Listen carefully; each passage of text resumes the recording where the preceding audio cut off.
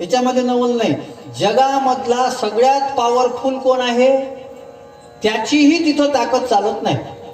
तोनकडे साचार ब्रह्मादेवा, तोनकडे साचार ब्रह्मादेवा, तोनकडे साचार ब्रह्मादेवा. त्यांचा महिमा काय वटुकी पावन, त्यांचा महिमा काय वटुकी पावन, त्यांचा महिमा काय वटुकी पावन, त्यांचा महिमा काय वटुकी पावन. तोनकडे साचार ब्रह्मादेवा, तोनकडे साचार ब्रह्मादेवा, तोनकडे साचार ब्रह्मादेवा.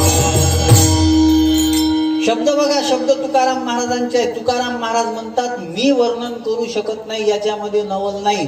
तो न कळे साचार ब्रह्मादिका. तर ब्रह्मदेवालाही कळत नाही. मग ब्रह्मदेवाला कळत नाही, ब्रह्मदेव काय सामान्य होता का? थोडासा विचार करा, थोडासा विचार करा. माझ्याकडे लक्ष द्या, 1 तास आहे माझ्याकडं.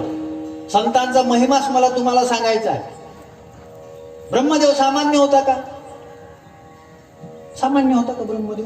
ब्रह्मदेव तो आहे की ज्यानं हे सगळं जगाची उत्पत्ती केली, हे सगळं चालून तो राहिला. किती योनी आहे? 84 लक्ष योनी आहे. 21 अंडज, 21 स्वादज, स्वैरज, जारज, उद्वीज, 21 लाख सगळ्या याच्यामध्ये आहे. आता सगळ्या याच्यामध्ये आहे. मला सांगा, इथं आपण सगळे बसलेलो आहोत, याच्यात एकासारखा दिसणारा दुसरा आहे का? त्यानं किती निर्माण केले? जगाची लोकसंख्या बघा किती झाली. भारताची 16 130च्या जवळ टेकली. जगाची लोकसंख्या किती असेल? मग जगामध्ये एकसारखा दिसणारा दुसरा नाही. जुळे भाऊ जरी असले तरी थोडाफार फरक असतेच, काहीच नाही. आता सगळं आपल्या शरीराचा विचार करा, शरीराचा विचार करा. हे शरीर त्यानं निर्माण केलेलं आहे. या शरीरामध्ये 72,000 नाड्या आहेत. या 72,000 नाड्याची फिटिंग बरोबर आहे. विज्ञान कितीही पुढे गेलं तरी इतकी फिटिंग करता येणार नाही. त्यानं लेकराची व्यवस्था पहिलेच करून ठेवली. आईच्या शरीरामध्ये दुधाची उत्पत्ती करून ठेवली. आज विज्ञान किती समोर झालं तर शरीरामध्ये दूध बनवण्याची मशीन लावू शकत नाही. आज विज्ञान किती समोर गेलं तर अन्नापासून रक्त बनवण्याची मशीन बनलेली नाही. मग एवढी ज्याची ताकद होती, तुकाराम महाराज म्हणतात त्यालाच कळलं नाही, त्यालाच कळलं नाही. आता आपल्याला एकच डोकं आहे, त्याला 4 आहे. म्हणजे आपल्यापाशी विचार करायची एकच मशीन आहे, त्याच्यापाशी 4 आहे. 4ही ओरिजिनल आहे. आपल्याला एका जंगाट झाले, आपलं सगळं भस्म झालेले आहे, सगळ्या डिप्या उडालेल्या. आणि त्याच्या पॉवरफुल आहे, एकदम पॉवरफुल त्याच्या मशीन आहे. डोकं चांगलं आहे ना त्याचं. किती डोकं असेल त्याचं, इतकं सगळं तो सांभाळून राहिला. किती डोकं असेल. ते कोरोना नावाचा एक व्हायरस आला तर आपल्याला सगळ्याला काळजी करायची चिंता निर्माण झाली. असे तर जगात किती व्हायरस असेल, कोण सांभाळून राहिला आजपासून याच्यापासून आपल्याला. मग विचार करा त्याचं डोकं किती चांगलं असेल. काय डोकं असेल? लोक म्हणतात डोकं आहे का नाही तुला? आता डोकं नसते का त्याला? डोकं म्हणजे बुद्धी. त्याची बुद्धी किती पॉवरफुल असेल, पण त्याची सुद्धा बुद्धी संतांचा महिमा वर्णन करण्याकरता कमी पडते.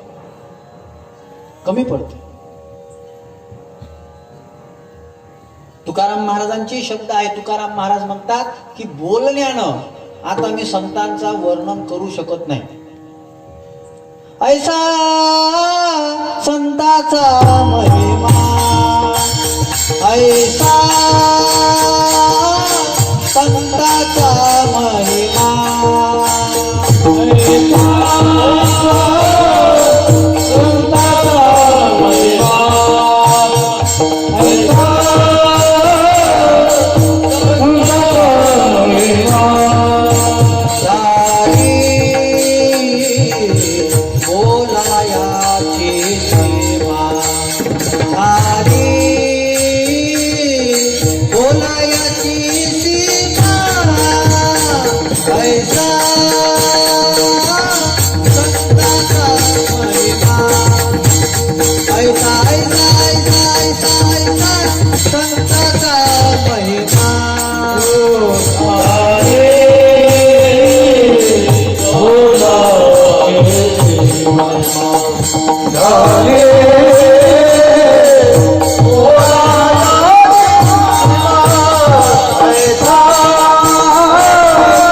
Oh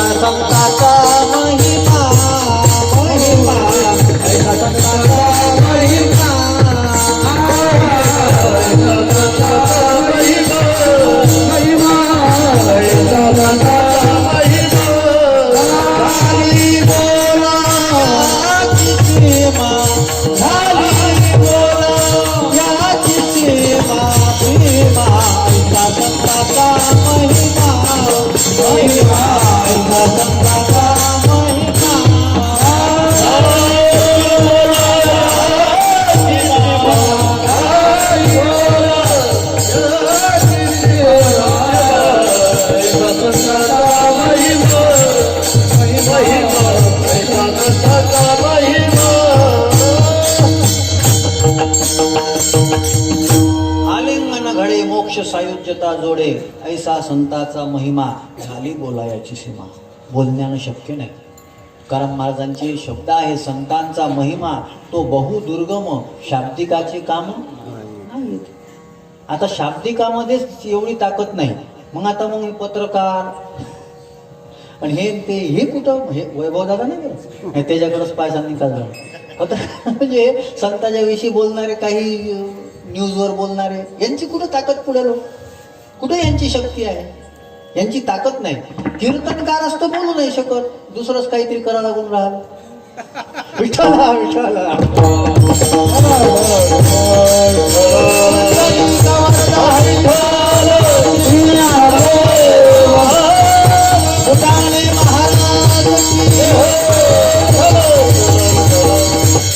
बाकीच्यांचा विचार कुठं आहे? ज्यांच्याकडे हे काम आहे तेच कमी पडून राहिले. आमच्याकडे दुसरं काम काय आहे? हेच काम आहे, पण आम्ही कमी पडून राहिलो. मग संतांचा महिमा वर्णन करण्याकरता तुकाराम महाराज म्हणतात, तेथे माझा काय कोण तो विचार, वर्णावया पार महिमा त्यांचा. मी अपुरा आहे, पण महाराज मग तुम्ही नाही सांगाव कोण? कारण की संताचा महिमा कोणाला कळू शकते? संतांना कळू शकते. भक्ताचा महिमा भक्तची जाणते. तुका म्हणे अंगे व्हावे ते आपण, तरीच महिमान येईल कळू. मग तुम्हाला नाही विचारायचं कोणाला? तुम्ही असे हात कोण झटकता?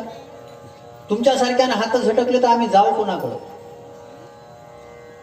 तुकाराम महाराज म्हणतात, बाबा मी माझी परिस्थिती तुला सांगितली, तेथे माझा काय कोण तो विचार, वर्णावया पार महिमा त्याचा. आता एक गोष्ट तर अशी आहे, थोडासा कैमुक्तिक ज्ञान विचार करा. देवाचा महिमा वर्णन करणंच कठीण आहे. वेदालाही नाही कळला अंतपार त्याचा पार जो आहे तो वेदाला कळला नाही. बरं, देवाचा महिमा काल्याच्या अभंगामध्ये चिंतन आहे. ब्रह्मादिका देवा ऐसा अगोचर, कैसा त्याचा पार कसा काय प्राप्त होईल? एक शंकराला ईश्वर म्हणून एक कथा आलेली आहे पुराणामध्ये. काय झालं? ब्रह्मदेव आणि विष्णू यांच्यामध्ये भांडण लागलं. तो म्हणे मी मोठा, हा म्हणे मी मोठा. म्हणजे मी मोठा हे पहिलेपासूनच चालू आहे, देवापासूनच चालू आहे. ब्रह्मदेव म्हणे मी मोठा, मला 4 डोके आहेत. विष्णू म्हणे मला 4 हात आहे, मी मोठा.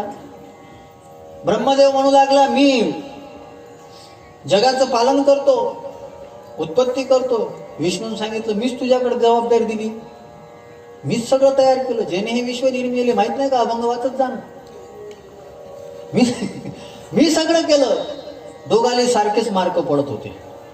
पण मग आता कोणी मोठा आहे तर मग मार्क एकाला जास्त असले पाहिजे ना. हे म्हणे एक काम करू, काय भगवान शंकर ईश्वर आहे, आपण त्यांच्याकडे जाऊ. आणि त्यांच्याकडे गेले आणि शंकरापाशी जाऊन म्हणू लागले मोठं कोण आहे सांगा. आता वास्तविक मोठं कोण आहे ना, हा वादच चुकीचा आहे. मोठं कोण आहे हा वादच चुकीचा आहे. कोणी स्वतःला मोठं समजून घेऊच नाही. आपल्याला जगतरूपी परमात्म्याची सेवा करण्याकरता ते मोठेपण देवानं दिलेलं आहे. जगतरूपी परमार्थाची सेवा करण्याकरता ते मोठेपण देवानं दिलेलं आहे. अर्जुन मोठा धनुर्धर होता, पण मला सांगा, वापस येत असताना भिल्लाच्या बायानं येड्या बाबुळीच्या फोकानं झोडपला. कुठं गेलं मोठेपण, कुठं गेलं धनुर्धरपणा? देवानं फ्यूज काढून घेतला होता. ज्याला अहंकार येते ना त्याची फ्यूज काढून घेते देव. फ्यूज काढून टाकला. देवाची शक्ती गेली की आपलं मोठेपणही जाते. मोठेपणा जो दिलेला आहे, कोणत्याही क्षेत्रामधला मोठेपणा जर मिळालेला असेल तर आपण मोठेपण त्याच्याकडे घेऊ नये. ते मोठेपण देवानं आपल्याला दिलेलं आहे असं समजावं. ते देवानं दिलेलं आहे. पण मोठेपणाचा वादच निर्माण झाला. कोणी म्हणतात ही जात मोठी, हा धर्म मोठा, हे मोठं. मोठेपण काय याच्यावरून ठरत असते का? आणि काही लोकांना सवय पडली, जे स्वतःला पुरोगामी म्हणून घेतात. पुरोगामी म्हणजे पुढं नेणारा विचार, पण हे पुरोगामी मातीत घालणारे आहे. हे पुढं नेणारा विचार नाही आहे, हे अधोगतीला नेणारा विचार आहे. आपली जी वर्णव्यवस्था असेल, आपली जी सगळी व्यवस्था असेल, तुकोबारांचे शब्द आहे, बाबा ही वर्णव्यवस्था सोडा, ही एक व्यवस्था आहे. ही एक व्यवस्था आहे. प्रत्येकाला इथं अधिकार आहे. ही एक व्यवस्था म्हणून केलेली आहे. तुम्ही मोठं कसं काय समजता स्वतःला? कोणी मोठा नाही. लोकांना समजत नाही. सगळे भांडण मोठेपणासाठीच आहे. ब्रह्मदेव आणि विष्णूचं भांडण शंकरापाशी आले. शंकराला वाटलं की बाबा कोणाचं नाव घेता सांगता येणार नाही, कारण की मी जर म्हटलं विष्णू मोठा तर ब्रह्मदेव म्हणून टेबला खालून काहीतरी व्यवहार झाला, टेबला खालून काहीतरी दिलं तेव्हाच त्याला मोठं म्हटलं. मग एक शंकराने एक केलं, ते म्हणे दोघे जण एक काम करा, काय, माझ्या कमरेपासून खालचं जे टोक आहे ते विष्णूनं जावं ते टोक शोधून यावं, आणि कमरेच्या वरचं जे टोक आहे ब्रह्मदेवानं जावं ते टोक शोधून यावं. तुम्ही खाली जा, तुम्ही वर जा. ब्रह्मदेवाला घाईत झालेली होती, ते लगेच निघालं. विष्णूच्या लक्षात आलं का हे काही शक्य नाही, विष्णू तिथंच बसले शांत. ब्रह्मदेव गेला, छातीपर्यंत गेला, कसा तरी छाती काही संपेच नाही. हे म्हणे 56 इंची ऐकली होती वा, हे तर त्याच्यापेक्षा मोठी दिसते. सापडूनच नाही राहिली, कुठं जाऊ, संपूनच नाही राहिलं. मग आता आपली ताकद पुरत नसली तर मग माणूस काय करते, वारीमध्ये लय गर्दी दिसली, मग आपली ताकद पुरून नाही राहिली उभं राहायची, मग ते मनात घुसते. आपल्याला पेपर सोडवता नाही येऊन राहिला, मग आखरी पर्याय काय, कॉपी करा. मग ब्रह्मदेवाने कॉपी केली. ते म्हणे एक काम करू, त्याला पाहायला आला का आपल्याला, त्याला जाऊन सांगून देऊ का मी जाऊन आलो, पाहून आलो आखरीचं टोक. पण खोट्याले पुरावे जास्त जमा करावे लागतात. ते म्हणे काहीतरी पुरावा नाही आला का, तिथं एक केवडा होता, केवड्याला म्हणे चल माझ्यासोबत. ते म्हणे कायले, ते म्हणे जास्त विचारू नको, मोठ्या माणसाला विचारत असते का, एवढा हुशार झाला का, चल माझ्यासोबत. तो म्हणे ठीक आहे चल. रस्त्याने गाय दिसली, त्या गाईलाही सोबत घेतलं, आणि शंकरापाशी आला आणि फुशारकी मारू लागला. म्हणे ओ शंकरजी, मी आलो तुमचं वरचं टोक पाहू, तुम्ही पुरावा मागचाल, हे पुरावा आणले. हा केवडा, सांग केवड्या, मी पाहून आलो टोक. हे म्हणे आता मोठा माणूस आहे काय, हो. गाय होती, गाईला विचारलं, गाय बिचारी थोडीशी सज्जन होती. गायीनं काय केलं, गाई शेपूट हलवून नाही म्हणू लागली, पण ब्रह्मदेवानं मोठे डोळे करून पाहिले तिच्याकडं. मग ती तोंडानं हो हो म्हणे, मान हलवली. आता मान हलवणं नंदी बैलाचा गुण आहे, पण गायीनं मान हलवली. म्हणे बघा 2 पुरावे आणले ना. आता मला सांगा, देवापाशी खोटं चालते का हो. शंकरानं सांगितलं, म्हणे ब्रह्मदेवा तू देव असला तरी लबाडी करून राहिला, म्हणून जगात तुझी कुठंच पूजा होणार नाही. म्हणजे ब्रह्मदेव असला तरी लबाडी जर करत असेल तर त्याची पूजा करू नये. मग आमच्यासारखे कुठं राहिले लबाड करणार, बिलकुल तुझी पूजा होणार नाही. केवढ्याला म्हणे तू किती सुगंधी असला तरीही तुला देवपूजेमध्ये स्नान नाही, तुला स्थान देणार नाही देवपूजेमध्ये, कारण की तू खोट्याला सहकार्य दिलं. आणि तुकाराम महाराजांचा अभंग वाच, केले पाप जिने दिले अनुमोदन, दोहीची पतन सारे खेची. म्हणजे जो पाप करत असेल त्याला जर तुम्ही मदत करत असेल तर दोघांचंही अधःपतन होणार आहे. मी बरेच वेळा सांगत असतो माझ्या तरुण बंधू भगिनींना, गणपती दुर्गा देवीचे उत्सव चांगल्या पद्धतीनं जर साजरे होत असेल तर वर्गण्या देत जा. तिथं जुवा खेळला जात असेल तर बिलकुल वर्गण्या देत जात नका, कारण की तुम्ही वर्गणी देऊनही तुम्ही पापाचे भागीदार होणार आहे. चांगले सप्ते, खरंच चांगले संताला अपेक्षित असणारे उत्सव साजरे होत असेल तिथं वर्गणी देण्याकरता कमी करू नका.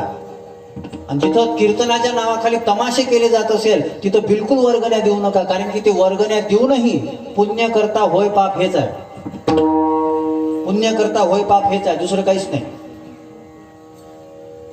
तू म्हणे तू किती चांगला सुगंधी असला तरी तुला देवपूजेमध्ये स्थान नाही. आणि गाईला सांगितलं, म्हणे तुझ्यामध्ये देवतांचा वास आहे, पण तू तोंडानं नाही म्हटलं, तूही खोट्याची साथ दिली.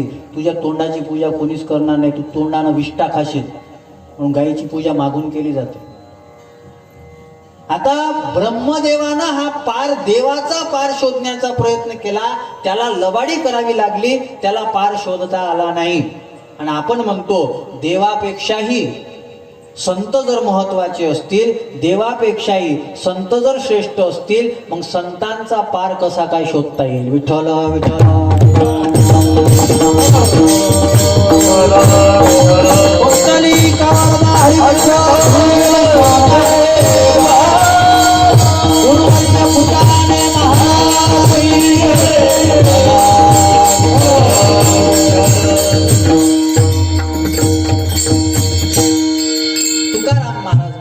तेथे माझा काय पूर्ण तो विचार, वर्णावया पार महिमा.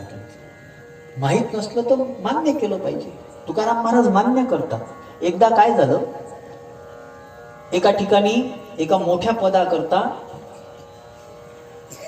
परीक्षा होती आणि त्या परीक्षेमध्ये साधारणतः MPSC UPSC या लेवलच्या जर परीक्षा असल्या तर जनरल नॉलेजचे प्रश्न विचारले जातात. GK जनरल नॉलेजचे प्रश्न विचारले जातात आणि चांगलं तावून सुलाखून घेतलं जाते. असे लगेच नाही, हे पेपर फार कठीण असतात. आपलं बरं आहे, कीर्तन करायला फक्त 2च कामं आले पाहिजे, कंबर बांधता आली पाहिजे आणि फेटा बांधता आला पाहिजे. दुकान कुठेही चालते, कुठं ना कुठं. विठ्ठला विठ्ठला.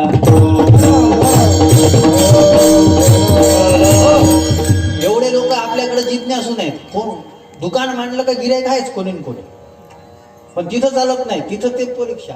आणि मग ती परीक्षा घेण्याकरता प्रश्न विचारला. प्रश्न होता, जगामध्ये असा पक्षी कोण आहे ज्याची उंची 6 ते 6.5 फूट आहे,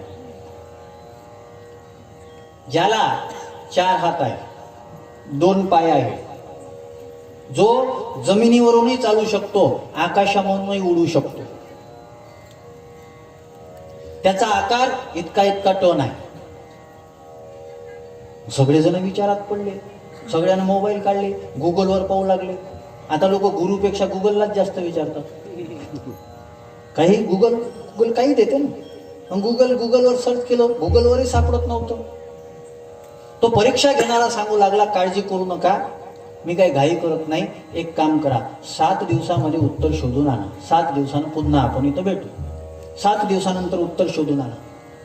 7 दिवसांनी सगळे जमले, सगळ्याचे चेहरे पडलेले होते. याने प्रश्न विचारला, पुन्हा हाच प्रश्न विचारला. कोणाला उत्तर माहित आहे? एकानं हात वर केला. सगळेजण अचंबात पडले, म्हणे आम्ही एवढं शिकलो नाही, यानं कसा काय हात वर केला? आम्हाला नाही समजून राहिलं, यानं कुठे शोधलं? आम्ही सगळे ग्रंथ शोधले, सगळीकडे जाऊन पाहिलं, त्या डिस्कवरी चॅनलवरही पाहिलं का असा प्राणी कोणी दाखवला का बुवा, सगळे एपिसोड पाहिले, आम्हाला सापडला नाही, याला कसा काय सापडला? सगळेजण उत्तराची अपेक्षा करू लागले. आणि त्या परीक्षकानं उत्तर विचारलं, म्हणे सांग, तुला माहित आहे ना, उत्तर सांग. त्यानं सांगितलं, म्हणे साहेब, जगामध्ये असा पक्षीच नाही आहे. त्याला नोकरी लागली, कारण की तसा पक्षीच नव्हता. मग संतांचा महिमा वर्णन करा म्हणता, पण मग संतांचा महिमा वर्णन करण्याकरता शब्दच बनले नाही ना. पण हे तुकाराम महाराजांचं मोठेपण आहे.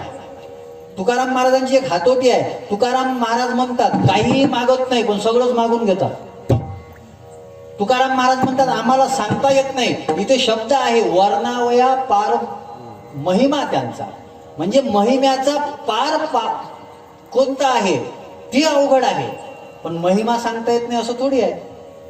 तुकोबार आहे, काय आहे संतांचा महिमा? संतांचा एक अतिशय उत्कृष्ट असा महिमा जगद्गुरु तुकाराम महाराज अभंगाच्या पहिल्या चरणात सांगतात. संताने सुख झाले या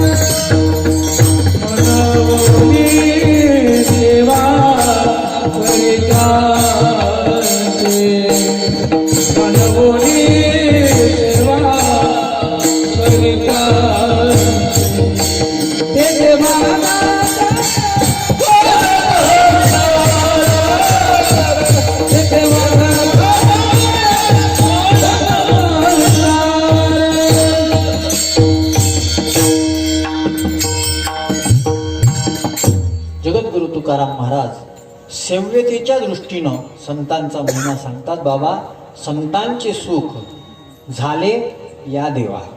आणि मनवणी सेवा करी त्यांची. जगामध्ये सगळ्यात मोठा देव, आणि देव जर ज्याची सेवा करत असेल तर तो किती मोठा, हा महिमा आहे. सगळेजण पंतप्रधानाला मानतात, पण पंतप्रधान जर एखाद्या माणसाला मानत असेल तर तो माणूस किती मोठा असेल, तो माणूस किती मोठा असेल. इथे शब्द बघा, थोडंसं दोन पद्धतीने चिंतन करावं लागेल. संतांचे सुख झाले या देवा असा जर अर्थ घेतला, मग देव कोणता, या देवा असं जर म्हटलं, तुकाराम महाराज असं सांगणं शक्य नाही, कारण की तुकाराम महाराजाच्या दृष्टीनं दुसरा देवच नाही ना. या देवा म्हटल्यानंतर मग कोणता देव, इथं अर्थ असा घेतला तरी बरं होते. या संतांचे सुख झाले देवा, या संतांचे, कोणत्या, मी जे वर्णन केलेलं आहे त्या संतांचं सुख देवाला होते. पण यात दुसरा अर्थ करता येईल, महाराज अभंग पाहणो, संतांचे सुख झाले या देवा, या शब्दानं देवाकडे अंगुली निर्देश केला ना. आणि तुम्ही म्हणता की तुकाराम महाराज दुसऱ्याला देव मानत नाही, प्रश्नच नाही. बहुलाज वाटे चिंता काते देव मानता, आणि काते देव मानता. बहुलाज वाटे चिंता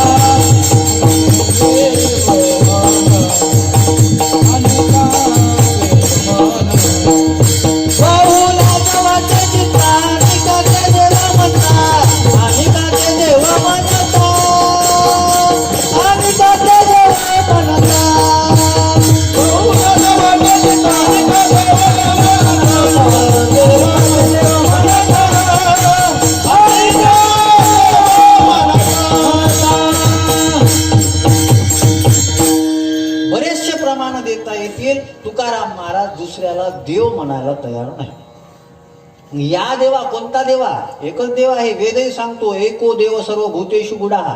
तुकाराम महाराजांनी देव शब्दाचा विचार जर केलेला असेल, आपुला तो एकच आहे देव, एक धरला चित्ती, एकच आहे देव. मग तुकाराम महाराजांना म्हणायचं असेल मग कोणता देव आहे, थोडासा जर विचार केला, या देवा, या शब्द देवाकडे जर लावायचा असेल तर देवाचे 4 रूप आहे. एक सगुण साकार, एक निर्गुण निराकार, एक सगुण निराकार आणि एक अर्च स्वरूप. हे देवाचे 4 प्रकार आहे. एक सगुण साकार आहे, एक निर्गुण निराकार आहे, एक सगुण निराकार आहे आणि एक अर्च स्वरूप आहे. अर्च स्वरूप म्हणजे मूर्ती. आता इथं शंका अशी येते की संताचे सुख झाले या देवा, मग नेमकं कोणत्या देवाला झालं, सगुण साकार, निर्गुण निराकार, सगुण निराकार का अर्च स्वरूप. आता याचा जर विचार केला, निर्गुण निराकाराला सुख दुःख होण्याचा संबंधच नाही, कारण की काहीच जेच नाही तो प्रकृतीचा भरतारप आहे. तिथं अंतकरणच नाही ना, रंग नाही, रूप नाही, नाही वर्णछाया, मग तिथं सुख दुःख होण्याचा काही संबंधच नाही. दुसरा आहे सगुण निराकार म्हणजे ईश्वर. पण मग जो ईश्वर असतो त्यालाही सुख दुःखाचं काही घेणं देणं नाही. भगवान गीतेमध्ये सांगतात की बाबा मला सुखही होत नाही कशानं, मला दुःखही होत नाही कशानं. मग एक आहे सगुण साकार, सगुण साकाराला सुख दुःख होऊ शकते. तुम्ही रामायणाचाच थोडासा विचार करा. रामायणाचा जर थोडासा विचार केला, प्रभू रामचंद्र ईश्वरच होते ना, मग प्रभू रामचंद्राला सुख दुःख नाही का. वनांतरी रडे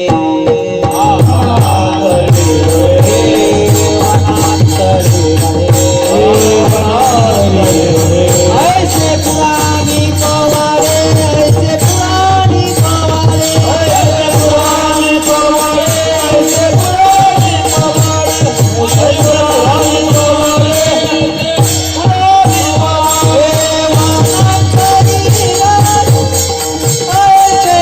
पुरानी पवारे.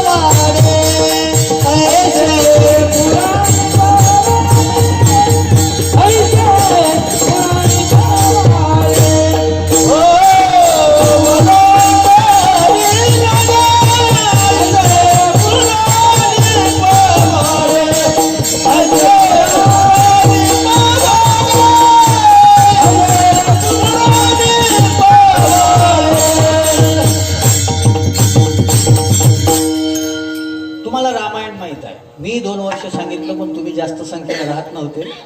पण तरी आता सांगतो आणि माहित आहे. भगवान जेव्हा दंडकारण्यामध्ये होते तेव्हा रावणानं सीतेचं अपहरण केलं, तर भगवान रडत होते. रडणं म्हणजे दुःख होणं. मग देवाला दुःख होत नाही का?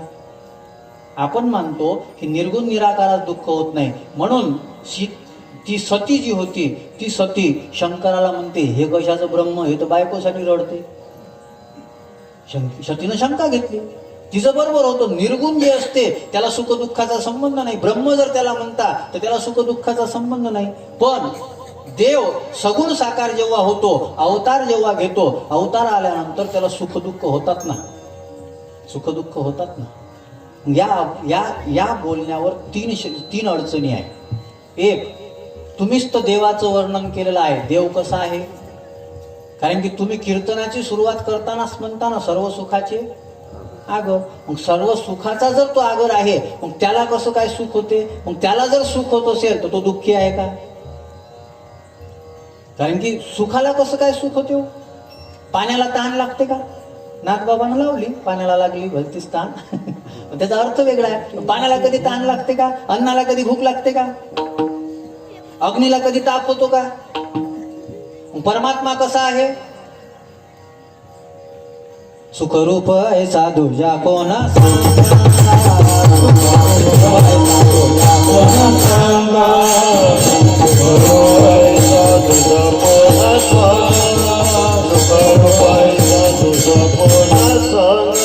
माझ्या पांडुरंगा सारी खातो, माझ्या पांडुरंगा सारी खातो. झालं ते काय, ते काय, माझा पांडुरंगा सारी खातो, माझ्या पांडुरंगा सारी खातो.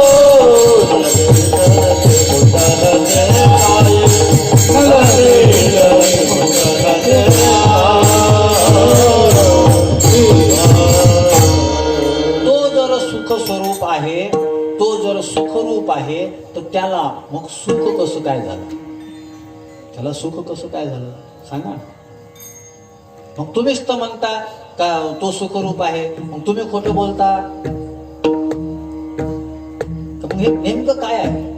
संतांचे सुख झाले या देवा. दोन देवाला सुख होऊ शकते. एक हा जो सगुण साकार परमात्मा आहे त्याला सुख होऊ शकते, आणि जो अर्च स्वरूप परमात्मा आहे त्यालाही सुख होते, त्यालाही सुख होते. संत महात्म्यांना तो दिसतो, संत महात्म्याला तो अनुभवाला येतो. आपल्याकडं प्रमाण आहे. नैवेद्य हातीचा मूर्ती जेवी, नैवेद्य हातीचा मूर्ती जेवी, नैवेद्य हातीचा मूर्ती देवी, नैवेद्य हातीचा मूर्ती देवी.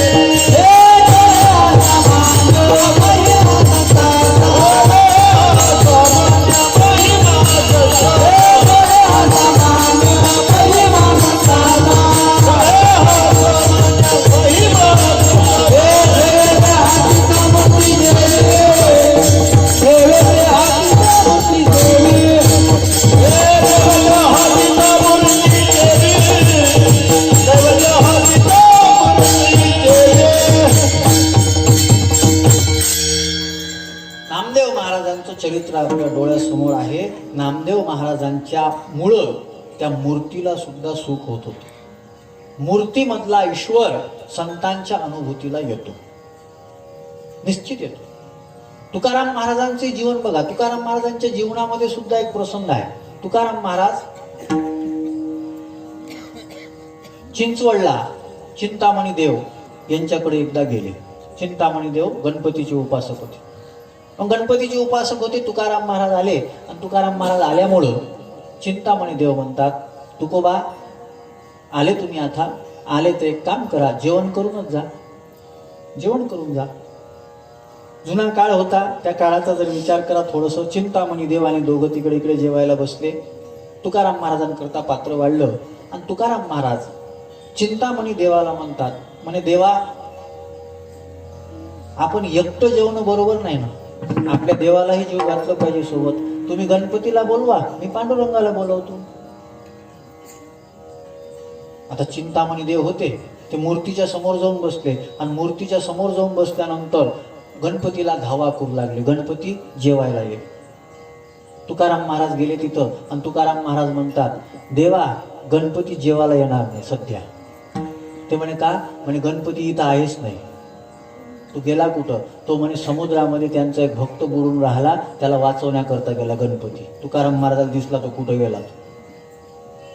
चिंतामणी देवाला वाटलं हे काही म्हणत असतील. म्हणे मग काय करायचं? म्हणे थोड्या वेळानं बोलवा. थोडा वेळ झाला, 2 पात्र टाकले. तुकाराम महाराज म्हणतात, मी पांडुरंगाला बोलवतो, तुम्ही गणपतीला बोलवा. हा गणपतीची प्रार्थना करू लागला आणि गणपतीची प्रार्थना करून गणपती आता खरंच आला. पण याच्या डोक्यात होतं हा खरंच समुद्रात गेला का? तर त्यानं पाहिलं गणपतीचं खालचं पितांबर जे होतं ते भिजलेलं होतं. पण हे तर्क करणारे जे असतात ते लवकर मान्य करतात का? तर्क करणारे लवकर मान्य करत नाही. ते चांगलं तावून सुलापून घेतात. ते म्हणे हे खरंच समुद्रात गेला होता का धोतर असं म्हणजे असंच भरलं गेला असं लगवी बिगविले गणपती तर पाणी पडलं असेल. म्हणे नेमकं काय आहे? तर त्यानं काय केलं, ते पिळून पाहिलं पितांबर, ते पिऊन पाहिलं, ते पाणी खारट होतं. ते पाणी खारट होतं. आता मला सांगा, मूर्तीतला गणपती समुद्रामध्ये गेला हे तुकाराम महाराजाला दिसतं, म्हणजे तुकाराम महाराजाला देव दिसला नव्हता का? देव दिसला नव्हता. चरित्र आहे तुकाराम महाराजांचं. एक व्याख्या करू का? ज्याला देवाची अनुभूती होते तो कोणत्याही कपड्यातला असला तरी त्याला संत म्हटलं पाहिजे. विठ्ठला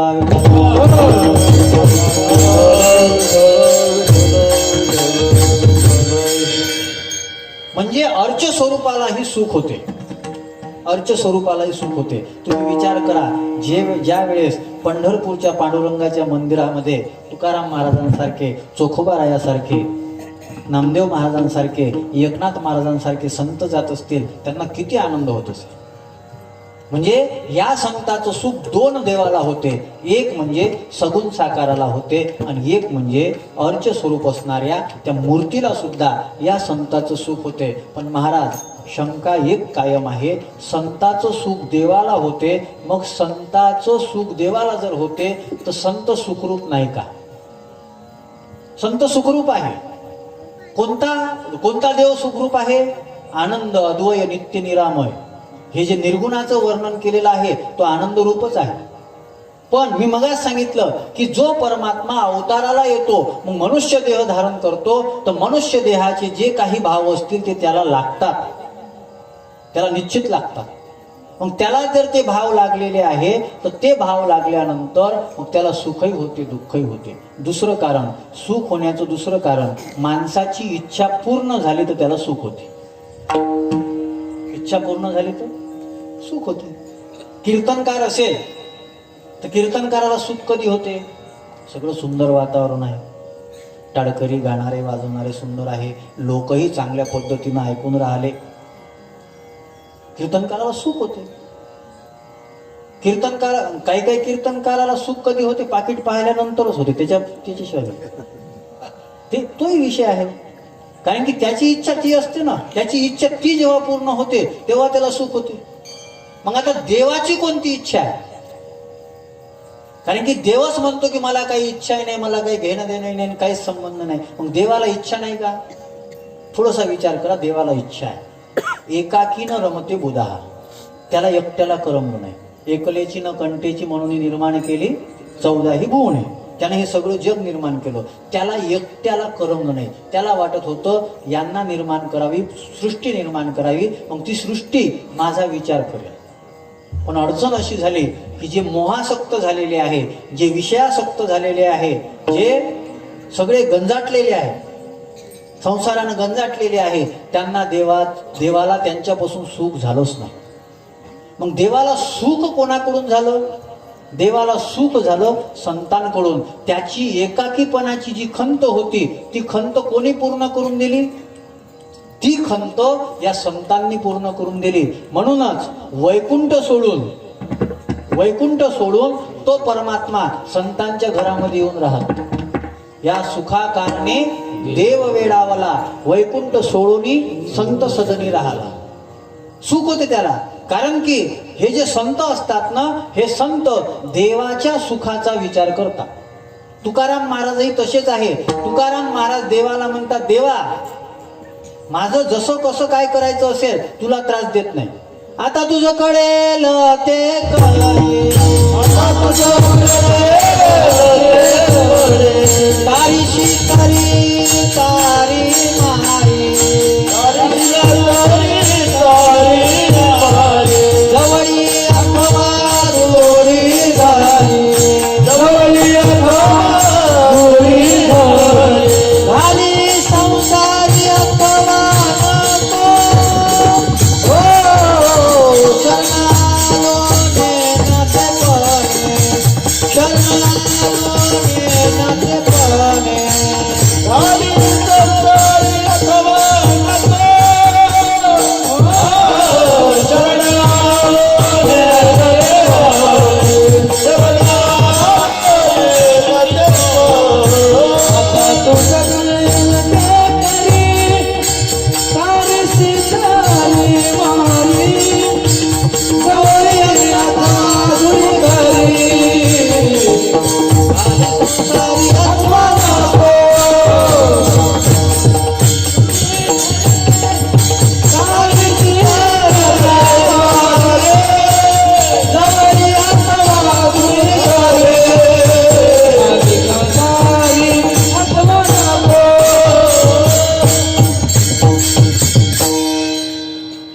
ही जी मागणी आहे ना, ही मागणी देवाला त्रास होऊ नये. तू कर, तुझा विचार कर, आम्ही तुला काहीच त्रास देत नाही.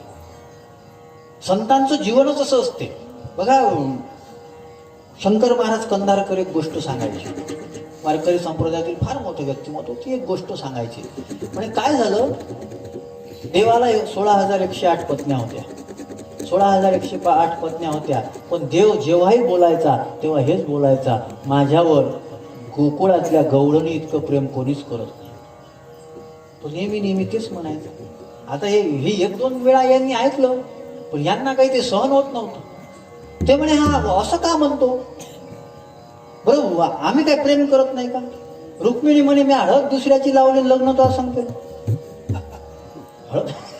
हळद दुसऱ्याची लावली, लग्न तुझ्यासोबत केलं, मग आमचं काही प्रेम नाही का? ते एक दिवस पोट झाला त्याचा, असह्य झालं त्यांना. मग ते म्हणे, आता आपण काहीतरी केलंच पाहिजे, एक वकील केला पाहिजे. वकील कोणाला करायचं यानं वकिलाचं नाव घेतल्याबरोबरच विना वाजला.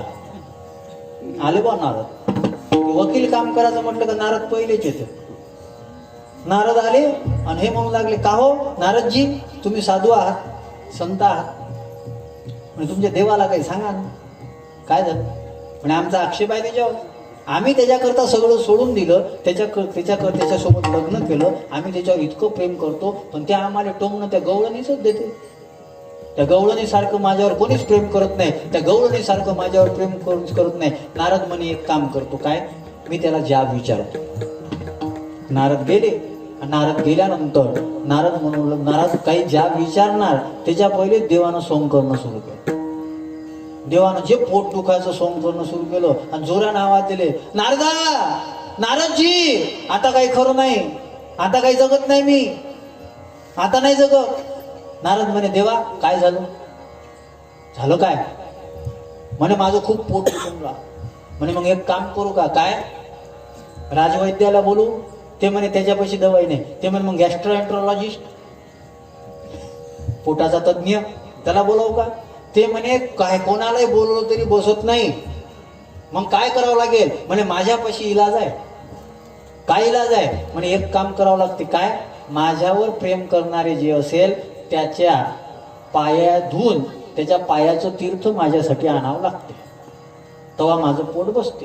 पण एक धोका आहे, मी ते पिल, त्याच्यामुळं तो नरकाला कदाचित जाऊ शकतो. नारदजी म्हणे, काही हरकत नाही देवा, मी आणतो. मग नारदजी निघाले जाण्याकरता निघाले. मोठ्या मोठ्या महंतापाशी गेले, महामंडलेश्वरापाशी गेले. ते म्हणे, एक काम करा, देवाचं पोट दुखून राहिलं, तुमच्या पायाचं तीर्थ द्या, पण एक धोका आहे, नरकाला जाल. ते म्हणे, आम्ही नाही जात ते नरकाला, त्याचं दुखू तर दुखू द्या, आम्ही नाही जात. मग ते कीर्तन केसरीपाशी गेले.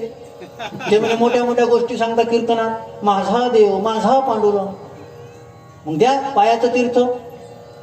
ते म्हणे नाही बा आम्ही काही ते नाही, ते फक्त लोकांना सांगायचं म्हणून सांगतो, आम्हाला नाही, आम्हाला कुठं नरकाला जायचं. सगळ्यापाशी गेले, कोणीच तीर्थ द्यायला तयार नाही. शेवटी बायकापाशी आले, बायकांना सांगू लागले म्हणे असे अशी अडचण आहे, त्याचं खूप पोट दुखून राहिलं. आणि त्याचं पोट दुखून राहिलं, मग एक काम करावं लागते, काय, तुमच्या पायाचं तीर्थ द्या, त्यानं जर घेतलं तर ते तीर्थ जर त्यानं पिलं तर त्याचं पोट बरं होईल, पण तुम्हाला दोष लागू शकते. ते म्हणे आमचा नवरा आणि त्याच्यात देव, आणि आम्हीच त्याचे पाय धुवून पाणी प्यायला पाहिजे, आमच्या पायाचं पाणी त्याला दिलं तर आम्ही नरकाला जाऊ ना, आम्ही नाही देत. आलो मग नारदजी वापस आले. नारदजी वापस आल्यानंतर देवाच्या पुढे उभे राहिले. ते म्हणे नारदा बोलत काहून नाही? ते म्हणे देवा कोणीच देऊन नाही राहिलं, कोणीच नाही देऊन राहिलं. हो, मग एक काम करा म्हणे, गोकुळात जाऊन पहा, विचारून पहा कोणी देते का. हा गोकुळामध्ये राधा राणीपाशी गेला आणि राधेला म्हणते, राधे कृष्णाचं पोट दुखून राहिलं, खूप दुखून राहिलं, कृष्णाला दुःख होत आहे. हे ऐकल्याबरोबरच राधा मूर्छित झाली.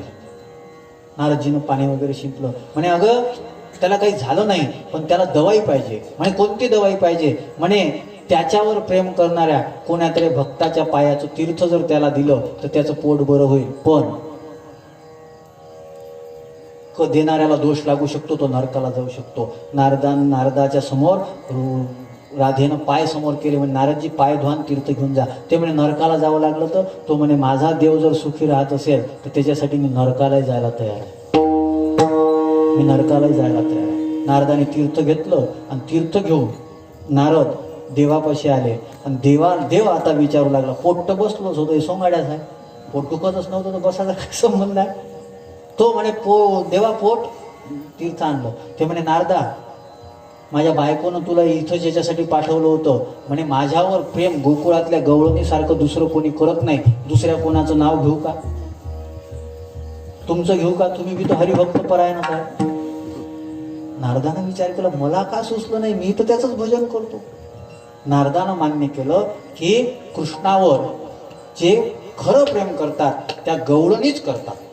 मग आता मला सांगा, इतकं जे देवावर प्रेम करतात त्या लोकांचं सुख देवाला होणार नाही का? आणि असे जे भक्त आहेत, अशा भक्ताच्या कॅटेगरीमध्ये जेही कोणी येत असेल, तुकाराम महाराज म्हणतात संतांचे सुख झाले या देवा. त्याच्याकरता तो काय करतो? मनवणी सेवा करीत, त्यांची सेवा करतो. मी एक व्याख्या केली होती साधू आणि संत याची. वास्तविक काही फरक नाही, पण हनुमान चालिसेमध्ये वर्णन आहे, साधू संत के तुम रखवाले.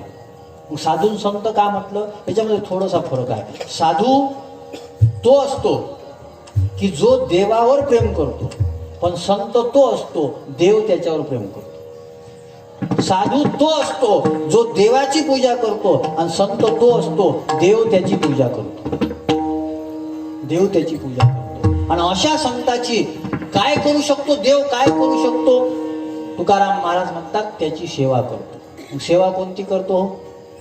कोणती सेवा करतो? तुकाराम महाराजांचं मत असं आहे की जी सेवा त्याला सांगितली ती करतो. आमच्याही कशी बरेच लोक येतात, महाराज आम्हाला काहीतरी सेवा द्या ना, सप्ताहात घ्या ना, ठीक आहे ना, करा. मग महाराज तुम्ही सांगतच नाही आम्हाला, मग एक काम करा, काय, मंडप झाडून द्या. ते म्हणते मी MA झालो ना, मंडप. मग आपण सेवा करत असताना कोणती सेवा याच्याकडे पाहतो ना. पण मग देव संतांची सेवा करतो, कोणती? अहो देव संतांची सेवा करतो याच्यामध्ये नवल नाही. संतांचे जे दास होते त्यांची सेवा करतो.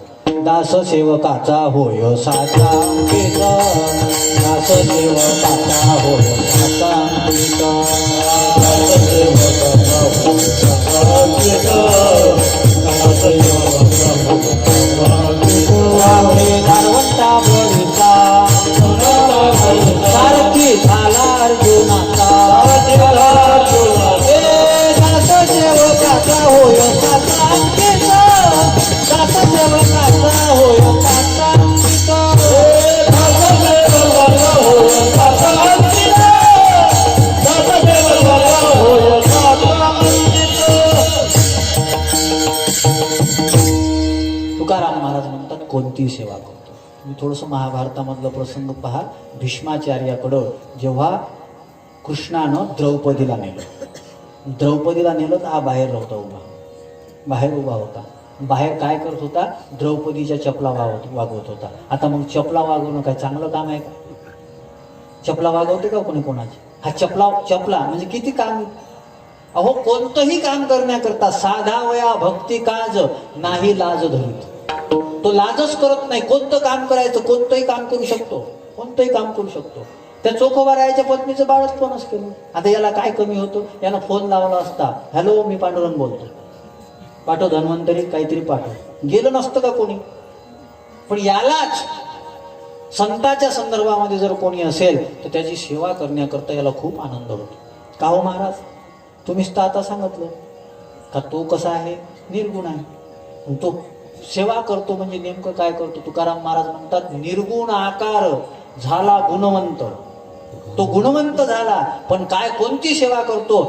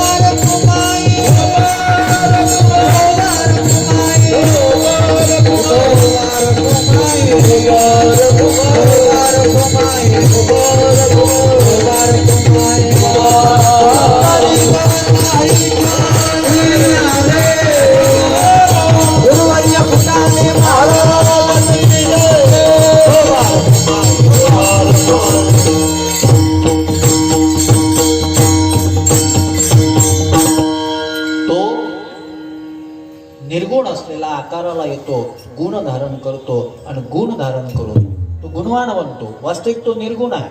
गुण शब्दाचे दोन अर्थ घेता येईल. सत्व रजतम याचाही गुण म्हणून आपण विचार करतो. आणि कोणी आपल्याला हवासा वाटत असेल तर गुणवान असेल तरच हवा वाटतो ना. गुणवान असेल तरच हवा वाटतो. कोणीही कोणत्या पकवाजाला बोलवेल, गुणवान असेल तर बोलवेल ना. दुखतोय खुब्यात वाजून राहिला कोण? कोणीही विचार करत असताना गुणवानाचा विचार करतो, हा गुणवंत झाला. वाण हे कमी आहे. विपुल गुणानं जर संपन्न असेल तो गुणवान आहे. त्याच्याकडे 6 गुण आहे. मग तो गुणवान जरी झाला, पण गुणवान होऊन काय करतो? विष्णू जोडी कर माथा वंदी रजहर, असुर जयाने घातले तोडरी, आम्हाशी तो करी. आम्हाला तो प्रणाम करतो. कितीतरी कथा तुम्हाला सांगता येईल, मला विस्तार करायचा नाही. मला अभंग थोडक्यात तरी पूर्ण करायचा आहे. 5-7 मिनिटं आहेत माझ्याकडे. तुकोबाराय म्हणतात, बाबा तो सेवा करण्याकरता निर्गुण आकार होतो, निर्गुणाचा आकार घेतो आणि गुणवंत होतो. गुणवंत होऊन आमच्या प्रणाम करतो. जया पूजिले आदरे पांडुरंगे, विमानस्थ केले प्रयाण प्रसंगे. पूजा करतो तो. आणि पूजा करून पहिल्या चरणामध्ये सेव्यतेच्या दृष्टीनं महिमा सांगितला, तिसऱ्या चरणामध्ये पूज्यतेच्या दृष्टीनं महिमा सांगितला आणि चौथ्या चरणामध्ये पवित्रतेच्या दृष्टीनं महिमा सांगतात. तीर्थे त्यांची इच्छा करती नित्य का. तीर्थ ते आहेत की ज्या तीर्थांमध्ये स्नान केल्यावर आपण पवित्र होतो, यामध्ये नवल नाही. वाचे म्हणता गंगा गंगा, सकळ दोष जाती भंगा. त्याचं नाव जरी घेतलं तरी आपले दोष निघून जातात. पण ते तीर्थ आपल्यासारखे महानुभव जातात तर ते अपवित्र होतात. मग त्यांची अपवित्रता घालवण्याकरता ते तीर्थ तीर्थे तया ठाया येती पुनीत व्हावया. पर्वकाळ पाया तळी वसे वैष्णव. वैष्णवाच्या पायाखाली पर्वकाळ राहतो. ते सगळे तीर्थ पवित्र होण्याकरता कुठे जातात?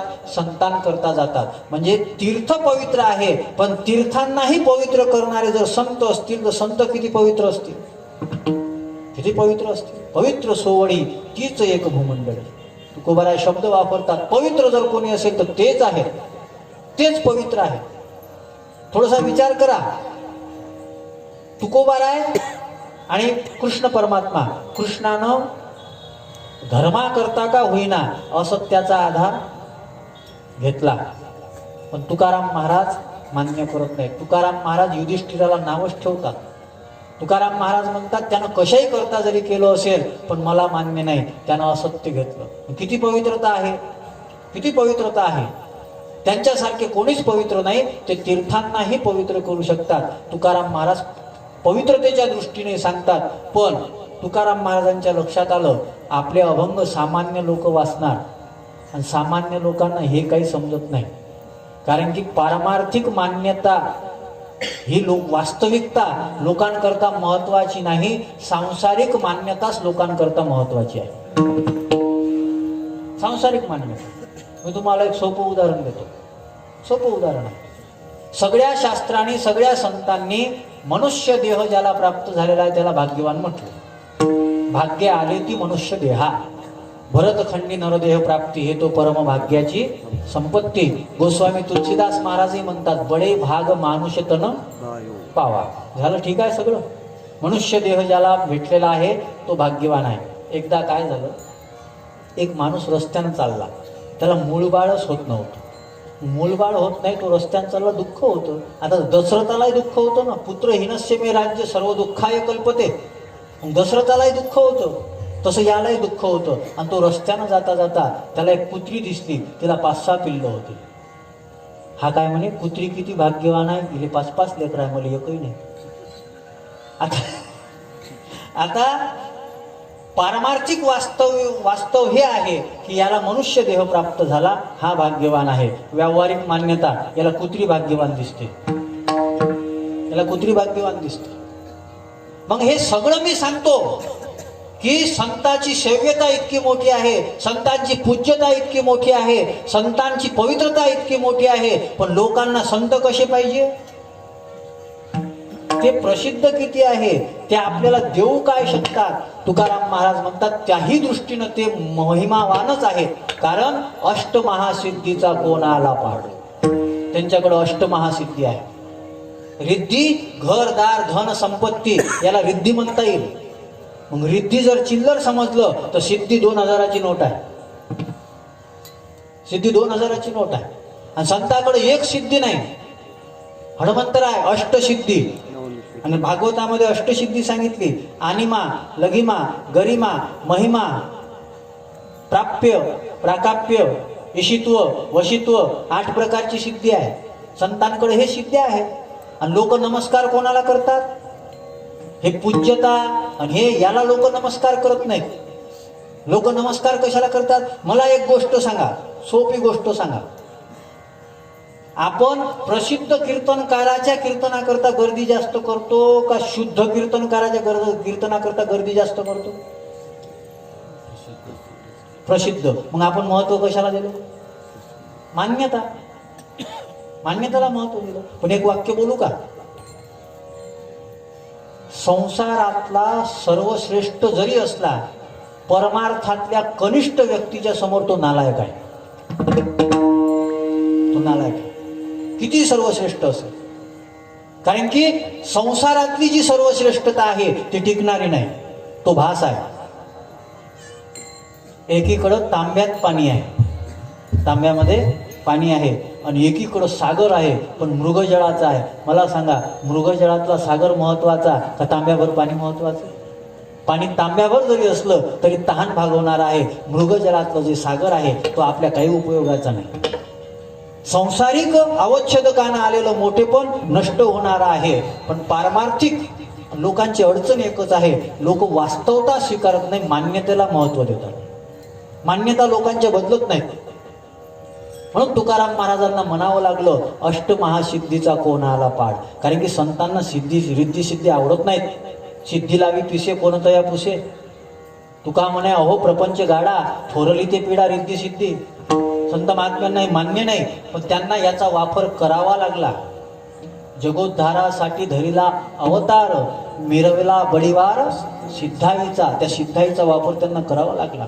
त्या गोरक्षनाथ आणि मच्छिंद्रनाथाच्या याच्यामध्ये एक छोटीशी गोष्ट आहे, ती सांगतो उदाहरण म्हणून आणि सेवेला विराम देतो. काय झालं, गोरक्षनाथ आणि मच्छिंद्रनाथ हे दोघं जण कुठेतरी गेले. भूक लागलेली होती, भिक्षा मागण्याकरता. गोरक्षनाथ हे शिष्य होते, मच्छिंद्राने बोध गोरक्षाशी केला. मग गोरक्षनाथ नेहमी भिक्षा मागण्याकरता जायचे आणि भिक्षा मागण्याकरता जायचे. एक दिवस मच्छिंद्रनाथाने म्हटलं, रोज रोज तूच जातो, आज मी जातो, आज मी जातो. तो म्हणे, जाऊ द्या ना तुम्ही, जाऊ नका, गाव मोठं खट्याळ आहे, जाऊ नका तुम्ही. म्हणे नाही, आज मी जातो. गेले मच्छिंद्रनाथ, आणि मच्छिंद्रनाथ गेले. मच्छिंद्रनाथाला कोणच भिक्षा दिली नाही. मच्छिंद्रनाथाला कमीपणा वाटला. म्हणे माझा शिष्य आणतो, मला काहीच भेटलं नाही. त्यांना वाटलं एक काम करू, काय लोकाला म्हणू लागले, वाटीभर फक्त शिधा द्या, तुम्हाला ब्रह्म दाखवतो. लोक म्हणे, तुला ब्रह्म दाखवता येते तर पोट नाही भरता येत का? तुला ब्रह्म जर दाखवता येते, पोट भरता येत नाही का? चल हो ग बाहेर. आले मच्छिंद्रनाथ वापस आले. गोरक्षनाथ म्हणू लागले, महाराज काय झालं? म्हणे भिक्षा भेटली नाही. ते म्हणे पहा आता किती आणतो. गोरक्षनाथ गेले आणि गोरक्षनाथ एका शिंपी बसलेला होता, त्या शिंप्यापासचा दोरा घेतला आणि तो दोरा वर फेकला. तो दोरा असा उभा राहिला. मच्छिंद्रनाथ त्या दोऱ्यानं धरून वर चढले आणि वर जाऊन बसले. लोकांना गर्दी केली, बारी लावली. देव नाही मानणाऱ्यांनी बारी लावली. सगळे शिधा आटा हे ते रत्न वगैरे आणून टाकले. आता मला सांगा, कशाला महत्व दिलं लोकांनी?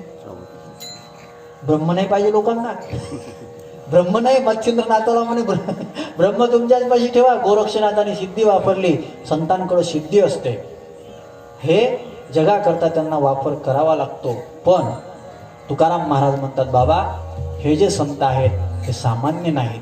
हे संत कसे आहेत आणि या संतांचं मोठेपण असूनही त्यांची नम्रता कशी आहे, या दृष्टीनं महिमा सांगतात अभंगाच्या शेवटच्या चरणात. तुका म्हणते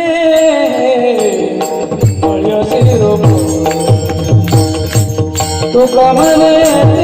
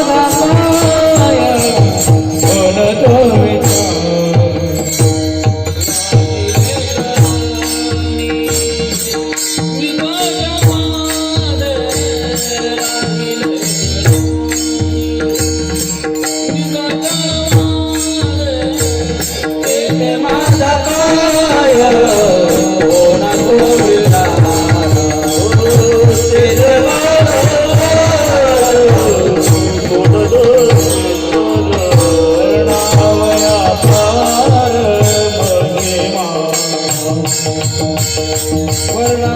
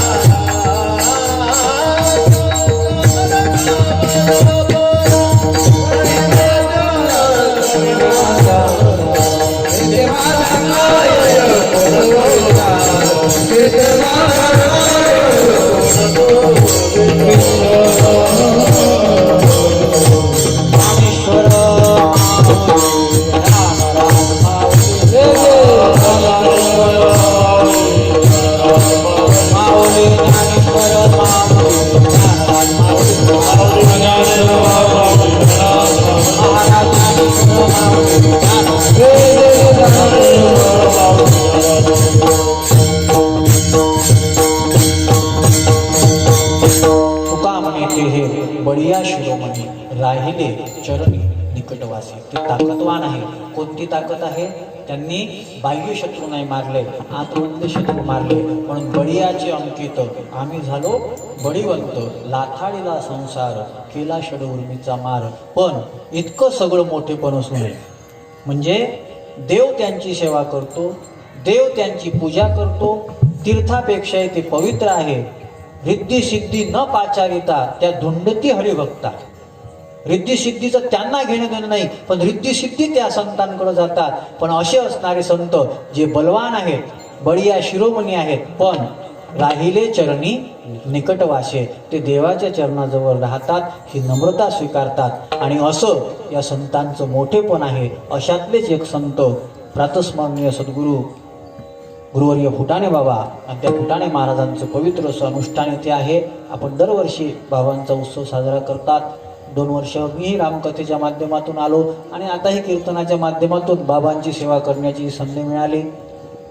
खरंच संतांचं फार मोठेपण आहे. माझ्या अल्पबुद्धीप्रमाणे या अभंगात जसं जसं मोठेपण आहे ते सांगण्याचा प्रयत्न केला. झालेली सेवा फुटाणे बाबांच्या चरणी समर्पित आहे. पुनश्च एकदा थोडंसं आपलं बातमी कदाचित कमी पडलं असेल. या कोरोनाचं सावट आलं आणि त्याच्यामुळं गुरुवर्य प्रातस्मरणीय शांतीब्रह्म मारुती बाबा हे उद्या येऊ शकणार नाही, पण तरीही कार्यक्रम तर चालू आहे आणि आपण चांगल्या पद्धतीनं काळजी घेऊ, म्हणजे आपल्याला कोणी बोलायची संधी देऊ नये याच्याकरता, आणि प्रशासनाला सहकार्य करणं ही आपलं काम आहे. सगळ्यांनी काळजी घ्यावी, घरून येत असताना व्यवस्थित यावं. कोणाला खोकला, सर्दी, घसा दुखणे वगैरे आजार असतील त्यांनी तोंडाला बांधावं, डॉक्टरसोबत संपर्क साधावा आणि प्रशासनाला सगळ्यांनी सहकार्य करावं. फुटाणे बाबांची थोडीशी इच्छा असेल म्हणून हे होऊन राहिलं, नाही तर बरेच कार्यक्रम भागातले बंद झालेले आहेत. आमच्या गावाकडले तर सप्ते 3 दिवसापासून बंद आहेत. पण तरीही सगळ्यांनी जोपर्यंत प्रशासन आपल्याला आडकाठी आणणार नाही तोपर्यंत सगळं चांगल्या पद्धतीनं स्वच्छता राखून या कार्यक्रमाकरता सगळ्यांनी मदत करायची आहे. झालेली सेवा फुटाणे बाबांच्या चरणी समर्पित. फक्त ज्यांच्या कृपेनं बोलू शकलो त्यांचं 1 मिनिट भजन आणि सेवेला पूर्णविराम. तुकाराम